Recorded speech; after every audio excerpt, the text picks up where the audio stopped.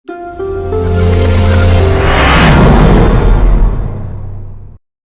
Video देखने से पहले हमारे चैनल को सब्सक्राइब करें, लाइक करें और शेयर करें। हेलो फ्रेंड्स, मैं सुरेंद्र घिंटाड़ा इंडियन एकेडमी श्री गंगानगर के यूट्यूब चैनल में आप सभी का फिर से स्वागत करता हूं। मित्रों, हम बात कर रहे थे हड़प्पा सभ्यता पर। पिछले वीडियो में हमने हड़प्पा सभ्यता से संबंधित बहुत सारी बातें देखी, उसकी विशेषताओं को पढ़ रहे थे, प्रमुख नगरों की। तो प्रमुख नगरों में हमने पढ़ा था हड़प्पा को। अब हड़प्पा सभ्यता के अंदर हम हड़प्पा नगर को पढ़ चुके हैं। इसके दूसरे प्रमुख नगर की बात करते हैं जिसका नाम है मोहनजोदड़ो। मोहनजोदड़ो की बात करें तो सिंधु सभ्यता का सर्वाधिक महत्वपूर्ण स्थल अगर कोई है तो वो कौन सा है? मोहनजोदड़ो है। मोहनजोदड़ो का शाब्दिक अर्थ होता है मर्तकों का टीला। मोहनजोदड़ो का सिंधी भाषा में अर्थ है मर्तकों का टीला।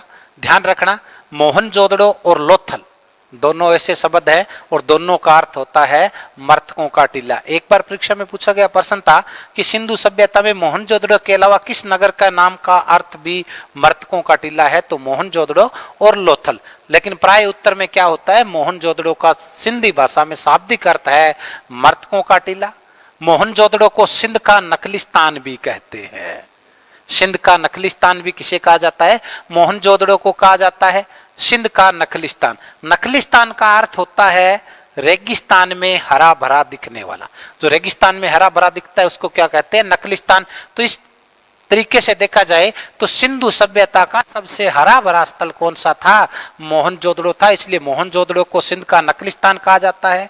मर्तकों का टीले वाले सभ्यता या मर्तकों का टीला सभ्यता किस स्थल को कहा जाता है? मोहनजोदड़ो को कहा जाता है। मोहनजोदड़ो की खोज 1922 में हुई थी। इस बात को हमने पहले वीडियो में देखा था कि 1921 में हड़प्पा खोजा गया, लेकिन 1922 में इसके खोजकर्ता थे वो कौन थे?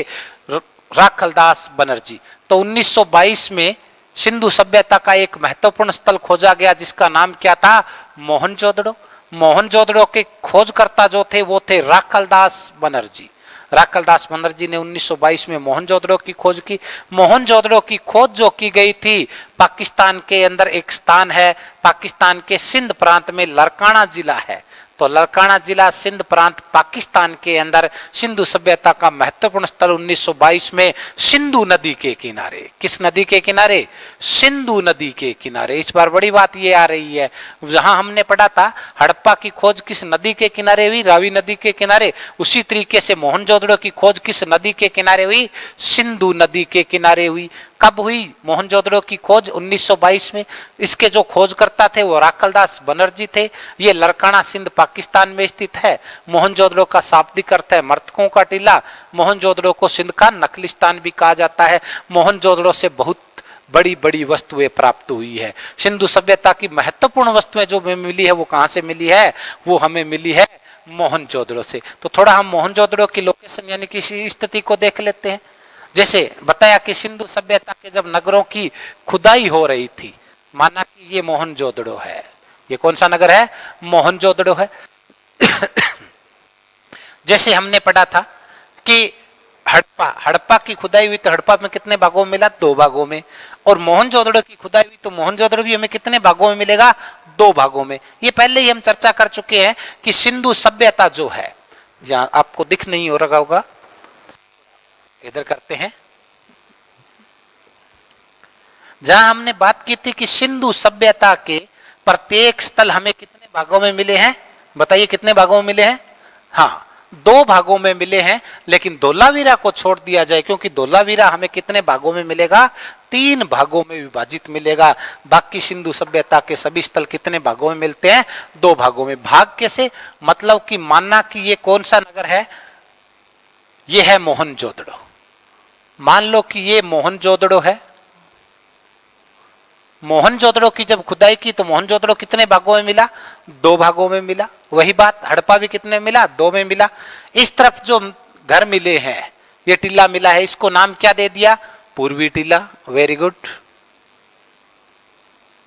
और पूर्वी टीले के अंदर साधारण जनसंख्या निवास करती थी, इसलिए पूर्वी टीले को क्या कहा जाता है? नगरीय टीला। साधारण लोग किस भाग में रहते थे? पूर्वी टिल्ले में रहते थे। इसी तरीके से इस दिशा के अंदर जो हमें मिले हैं मकान बने हुए, टीला मिला है, इसको नाम क्या दे दिया? पश्चिम टीला, पश्चिमी टीला।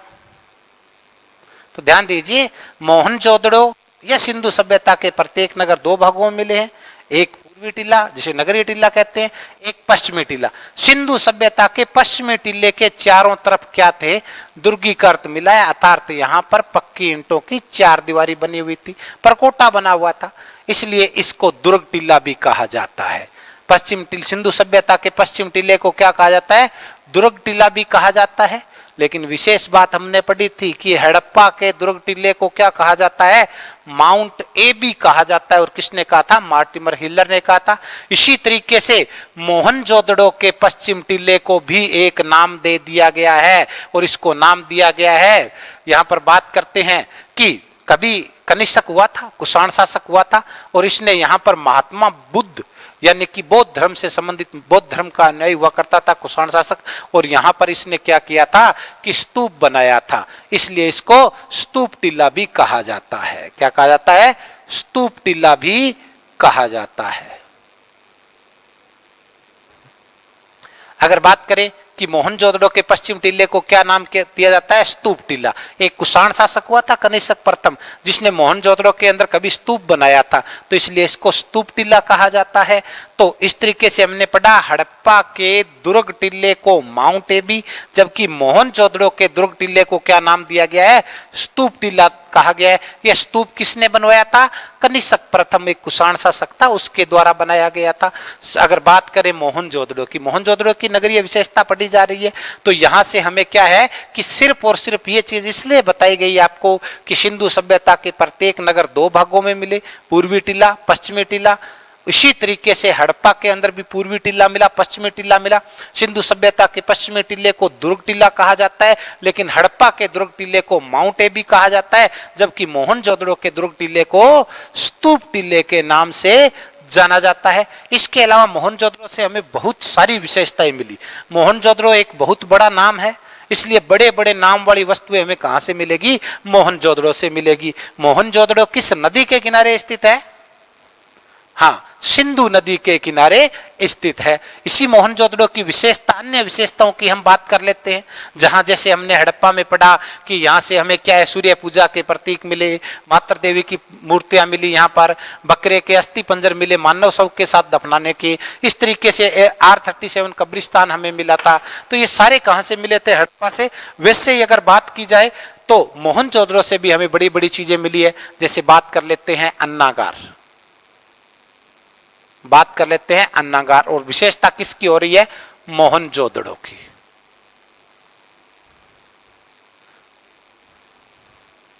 अब देखिए, मोहनजोदड़ो से अन्नागार, एक अन्नागार हमने पढ़ा था कि हड़प्पा से भी मिला था, लेकिन हड़प्पा वाला अन्नागार मोहनजोदड़ो वाले अन्नागार से बड़ा था। अन्नागार, मोहनजोदड़ो के अन्नागार का जो साइज था वो 45.71 मीटर, और इसकी चौड़ाई थी वो 15.23 मीटर की थी।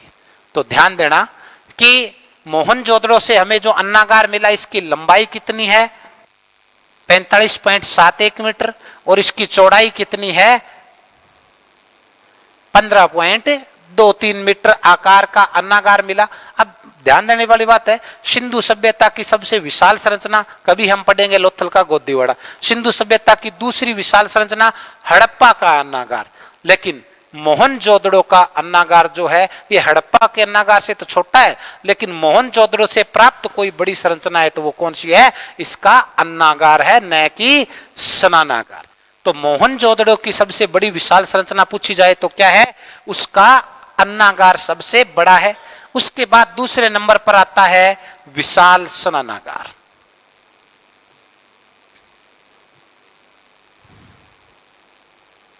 विशाल स्नानागार तो मोहनजोदड़ो की दूसरी बड़ी संरचना, मोहनजोदड़ो की पहली बड़ी संरचना तो अन्नागार, लेकिन मोहनजोदड़ो खुद की दूसरी बड़ी संरचना है वो विशाल स्नानागार है। जबकि पूरी सिंधु सभ्यता की सर्वाधिक प्रसिद्ध वस्तु अगर कोई है तो वो कौन सी है? विशाल स्नानागार है। आप मेरे शब्दों की तरफ ध्यान रखना, मैं शब्द बदल बदल के आपको बता रहा हूं। इसी तरीके से परीक्षा में आते हैं, आपसे प्रश्न पूछा जाता है कि मोहनजोदड़ो की सर्वाधिक प्रसिद्ध वस्तु कौन सी है? तो सर्वाधिक प्रसिद्ध वस्तु कौन सी है? विशाल स्नानागार। इसी प्रश्न को इस तरीके से पूछ लिया जाता है, मोहनजोदड़ो की सबसे विशाल संरचना कौन सी है? तब आपका उत्तर विशाल स्नानागार न होकर के क्या होगा? उसका अन्नागार। तो मोहनजोदड़ो की सबसे बड़ी संरचना अन्नागार। साइज 45.71 मीटर, लंबाई और चौड़ाई कितनी है? 15.23 मीटर। ये तो सबसे बड़ी। जबकि सर्वाधिक प्रसिद्ध कौन सा है? विशाल स्नानागार है। इस विशाल स्नानागार के लिए जॉन मार्शल ने कहा था द ग्रेट बाथ। विशाल स्नानागार को जॉन मार्शल ने क्या कहा है? द ग्रेट बाथ कहा है, और इसे विश्व का 8वां आश्चर्य माना है। सर जॉन मार्शल जो इस समय क्या थे कि भारतीय पुरातात्विक विभाग के महानिदेशक हुआ करते थे, उन्होंने कहा था द ग्रेट बाथ, और इन्होंने कहा था ये महान स्नानागार है। और मैं अगर विश्व का 8वां आश्चर्य किसी को कहता हूं तो वो कौन है? मोहनजोदड़ो से प्राप्त विशाल स्नानागार के लिए कहा है। तो सिंधु सभ्यता की सर्वाधिक प्रसिद्ध वस्तु की बात करें तो वो क्या है? विशाल स्नानागार है। विशाल स्नानागार के साइज का, आकार की अगर बात करें तो इसका जो आकार था वो 39 फीट लंबा था। अब मीटर में नहीं है, किसमें? 39 फीट लंबा था, 23 फीट चौड़ा था, और बात करें तो 8 फीट क्या था? गहरा था। 8 फीट क्या थी? इसकी ऊंचाई थी। तो अगर बात करें कि विशाल स्नानागार, अब आपके मन में प्रश्न आ रहा होगा कि सिंधुवासी जो थे इन्होंने कुछ आविष्कार भी कर रखे हैं, इतने बड़े बड़े स्नानागार का ये क्या करते थे? कई स्टूडेंट सोच भी रहे होंगे कि चलो स्नानागार तो बड़ा होना चाहिए, पर इतना बड़ा क्यों करते थे? हम सोच रहे होंगे चलो उसमें भी नहा लेते हैं, वॉशिंग मशीन वगैरह पड़ी रहे, बरसात में खराब ना हुए, सबका मानना ये है। लेकिन ऐसी बात नहीं थी। विशाल स्नानागार का मतलब हुआ करता था, यहाँ जो विशाल स्नानागार है उसका मतलब था कि यहाँ पर सार्वजनिक रूप से स्नान किया जाता था, सामूहिक रूप से स्नान करते थे। कभी कोई मेला वगैरह लगता है, जैसे अपने कुंभ का मेला लगता है, तो ऐसे ही इनके कोई धार्मिक आयोजन के लिए इनका उद्देश्य रहा होगा। तो यहाँ पर क्या था कि अगर एक बड़े उदाहरण के तहत बताएं, इनका स्नानागार क्या होता था? एक संयुक्त रूप से एक तालाब बनाया हुआ था मोहनजोदड़ो के, ये दुर्ग टिल्ले में बनाया हुआ था। कहां था? मोहनजोदड़ो के दुर्ग टिल्ले में था। और मोहनजोदड़ो के दुर्ग टिल्ले को क्या कहा जाता है? स्तूप टिल्ले के नाम से जाना जाता है। तो उस दुर्ग टिल्ले के अंदर ये एक आकृति थी जिसकी लंबाई हमने 39 फीट पढ़ी। इसकी चौड़ाई की बात कर लेते हैं तो वो 23 फीट थी, और इसकी गहराई थी वो कितनी थी? 8 फीट थी।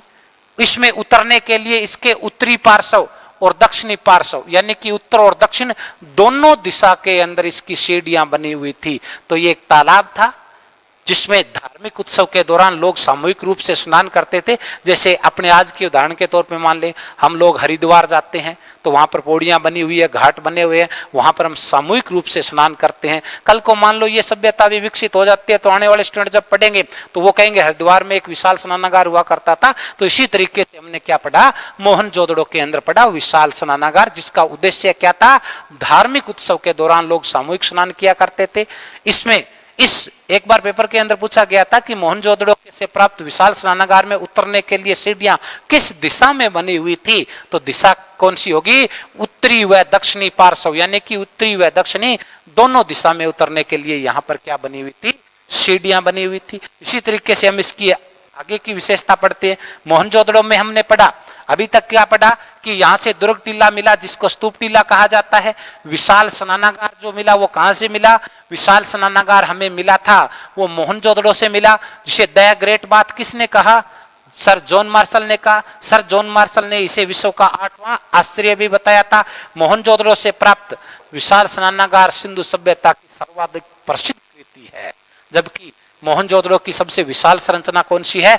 उसका अन्नागार है। अन्नागार के बाद विशाल स्नानागार आता है। मोहनजोदड़ो का शाब्दिक अर्थ होता है मर्तकों का टीला। इसे सिंध का नकलिस्तान कहा जाता है। इसकी खोज 1922 में राखलदास बनर्जी ने की थी। ये वही राखलदास बनर्जी है जिन्होंने कहा था सिंधु सभ्यता के निर्माता द्रविड़ जाति के लोग थे, और इस मत को ही सर्वाधिक मान्य स्वीकृत किया गया है। तो सिंधु सभ्यता के निर्माता कौन थे? द्रविड़ थे। और ऐसा कहने वाले भी कौन थे? राखलदास बनर्जी थे, जिन्होंने मोहनजोदड़ो की अभी अभी 1922 में खोज की थी। मोहनजोदड़ो लरकाना सिंध पाकिस्तान में स्थित है। इसकी अन्य विशेषताओं की बात करें तो यहां पर क्या है कि कांसे की बनी हुई, बहुत ही इंपॉर्टेंट लाइन। अब सबसे ज्यादा आरपीएससी के पेपर में पूछा गया प्रश्न, कांसे की। हर बार घुमा फिरा करके प्रश्न को पूछ लिया जाता है। पिछली बार फर्स्ट ग्रेड के अंदर पूछा था, इस बार पूछा था कि कांसे की नर्तकी की मूर्ति कहां से प्राप्त हुई है। यानी कि एक नर्तकी की मूर्ति है जो कांसे की बनी हुई है, वो कहां से प्राप्त हुई है। धातु पूछा गया, बहुत अच्छा, कि किस धातु की बनी हुई है, कांसे की बनी हुई है। सिंधु सभ्यता क्या थी, कांस्य युग प्रधान सभ्यता थी। तो कांसे की नर्तकी की मूर्ति कहां से मिली है, तो कहां से मिली है, मोहनजोदड़ो से मिली है। कहां से मिली है, मोहनजोदड़ो से मिली है। जबकि हमने पढ़ा था पुरुषक नर्तक की मूर्ति कहां से मिली है, पुरुषक नर्तक की मूर्ति हड़प्पा से मिली थी। जबकि कांसे की बनी हुई नर्तकी की मूर्ति कहां से प्राप्त हुई है, मोहनजोदड़ो से मिली है। उसके बाद हम बात करते हैं योगी की मूर्ति कहां से मिली है। योगी की मूर्ति भी हमें कहां से प्राप्त हुई है, यह भी हमें मोहनजोदड़ो से मिली है। मोहनजोदड़ो बड़ा नाम है, इसलिए बड़ी बड़ी वस्तुएं कहां से मिलेगी, मोहनजोदड़ो से मिलेगी। जैसे बात करते हैं महाविद्यालय भवन, महाविद्यालय भवन, महाविद्यालय भवन कहां से प्राप्त हुआ है। देखिए विद्यालय छोटा होता है, महाविद्यालय बहुत बड़ा होता है, तो बड़े बड़े नामों वाली वस्तुएं कहां से मिलेगी, मोहनजोदड़ो से। तो महाविद्यालय भवन कहां से प्राप्त हुआ है, मोहनजोदड़ो से मिला है। उसके बाद में हाथी एक बहुत बड़ा जानवर है, और बड़े नाम वाले बड़ी चीज वाली वस्तुएं कहां से मिलेगी, मोहनजोदड़ो से मिलेगी। तो सुनिए, अगर बात करते हैं हाथी का कपाल खंड, हाथी का कपाल खंड, तो हाथी का कपाल खंड कहां से मिला, मोहनजोदड़ो से। महाविद्यालय भवन कहां से मिला, मोहनजोदड़ो से। योगी की मूर्ति कहां से मिली, मोहनजोदड़ो से मिली। इसके साथ ही बात कर लेते हैं सिंधु सभ्यता में सर्वाधिक मोहरें जो मिली है वो कहां से मिली है, मोहनजोदड़ो से। सिंधु सभ्यता में सर्वाधिक मोहरें कहां से मिली है, मोहनजोदड़ो से मिली है। लेकिन बड़ी बात यह ध्यान रखना, सबसे ज्यादा लेख युक्त मोहरें हड़प्पा से मिली थी।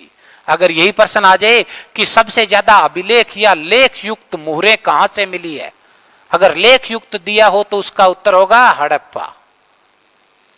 सिंधु सभ्यता में सबसे ज्यादा अभिलेख युक्त या लेख युक्त मोहरें कहां से मिली है, हड़प्पा से। जबकि सर्वाधिक यानी कि आदि लेख वाली भी बिना लेख वाली भी अगर सबको मिला लिया जाए तो सबसे ज्यादा मोहरें कहां से मिली है, सबसे ज्यादा मोहरें तो मिली है मोहनजोदड़ो से। यानी कि कुछ पर लेख है कुछ पर लेख नहीं है, सारी मोहरों को मिलाएं तो सबसे ज्यादा कहां से मिली है, सबसे ज्यादा है मोहनजोदड़ो से। लेकिन केवल लेख वाली सबसे ज्यादा कहां से मिली है, तो वो मिली है हड़प्पा से। तो हमने पढ़ा मोहरे, सर्वाधिक मोहरे कहां से मिली है, मोहनजोदड़ो से मिली है। उसके बाद हम बात करते हैं कि यहां से हमें एक ऐसा चित्र मिला है, यानी कि एक बकरे के पीछे कसाई जो है, एक बकरे के पीछे कसाई छुरा लिए हुए चल रहा है। तो ऐसे चित्र वाली मोहर भी कहां से मिली है, मोहनजोदड़ो से मिली है। मोहनजोदड़ो से अगर बात करें कि जैसे हड़प्पा था सिंधु सभ्यता की पहली राजधानी थी, मोहनजोदड़ो सिंधु सभ्यता की दूसरी राजधानी थी। लेकिन एक विद्वान हुआ था स्टूर्ट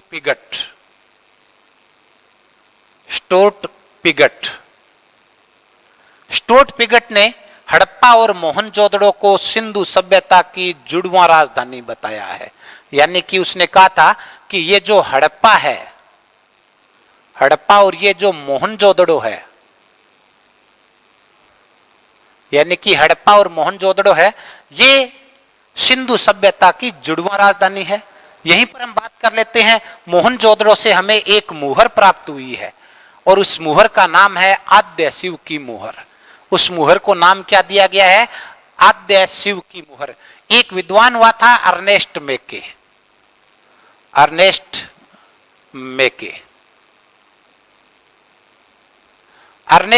नाम का एक विद्वान हुआ था। उसको मोहनजोदड़ो से एक मुहर प्राप्त हुई थी। उस मुहर के ऊपर देखने वाली बात यह थी कि वहां पर एक ध्यान की मुद्रा में एक व्यक्ति बैठा है जिसके 3 मुख हैं। कितने मुख हैं, 3 मुखी एक व्यक्ति बैठा है, उसके सर पर 3 सींग है। उसके सर पर क्या है, 3 सींग बने हुए हैं।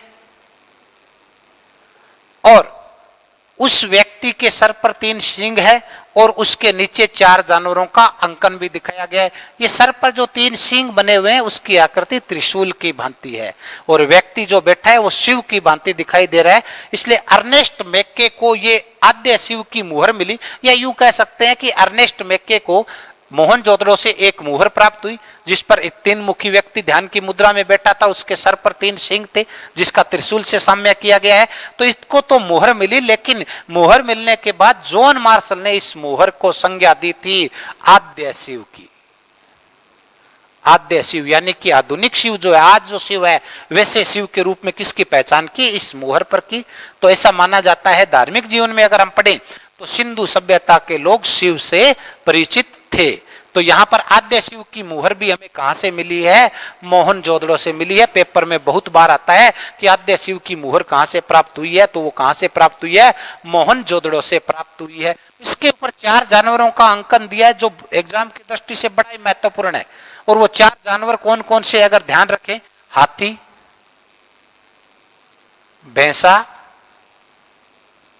गेंडा और व्याघ्र। बहुत बार पेपर में पूछा जाता है कि आद्य शिव की मुहर पर किस जानवर का अंकन नहीं है या किन किन का अंकन है। तो ध्यान रखना, हाथी, भैंसा, गेंडा, व्याघ्र। व्याघ्र को बाघ भी लिख सकते हैं, चित्ता भी लिख सकते हैं, लेकिन शेर नहीं लिख सकते। तो ध्यान रखना, हाथी, भैंसा, गेंडा या व्याघ्र, इन 4 जानवरों का अंकन था वो किस मुहर पर था? आद्य शिव की मुहर पर हमें मिला था। तो मोहनजोदड़ो में हमने पढ़ा, मोहनजोदड़ो को सिंध का नकलिस्तान कहते हैं। इसका शाब्दिक अर्थ है सिंधी भाषा में मर्तकों का टीला।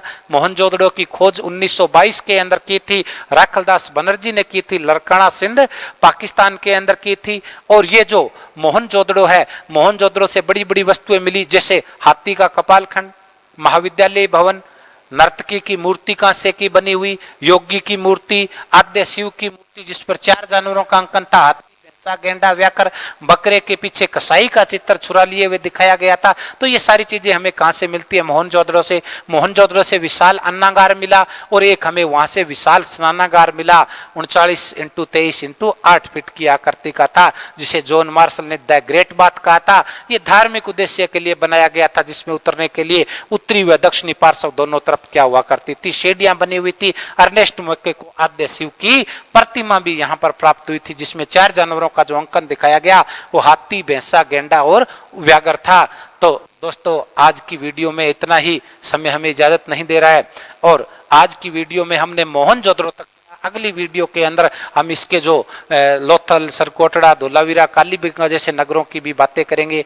तो इस वीडियो में इतना ही। अगर ये वीडियो आपको पसंद आया है तो आप इसको लाइक करें, शेयर करें, कमेंट करें, और हमारा जो चैनल है Indian academy Shri Ganganagar YouTube channel, इसको आप सब्सक्राइब करें। और इसके साथ ही अपने आंतरिक मूल्यांकन के लिए हमने यहाँ पर एक टेस्ट सीरीज शुरू की है, और वो ऑनलाइन टेस्ट है जिसके लिए आप हमारा ऐप जो है इंडियन लर्निंग ऐप, उसको निःशुल्क डाउनलोड करें। गूगल प्ले स्टोर में जाएं, इंडियन लर्निंग ऐप के नाम से उस ऐप को डाउनलोड करें और साथ में वहाँ जो टेस्ट है उससे अपना आंतरिक मूल्यांकन करें। ये बिल्कुल निःशुल्क है, इसलिए जुड़े। इस वीडियो में इतना ही। जय हिंद, नमस्कार।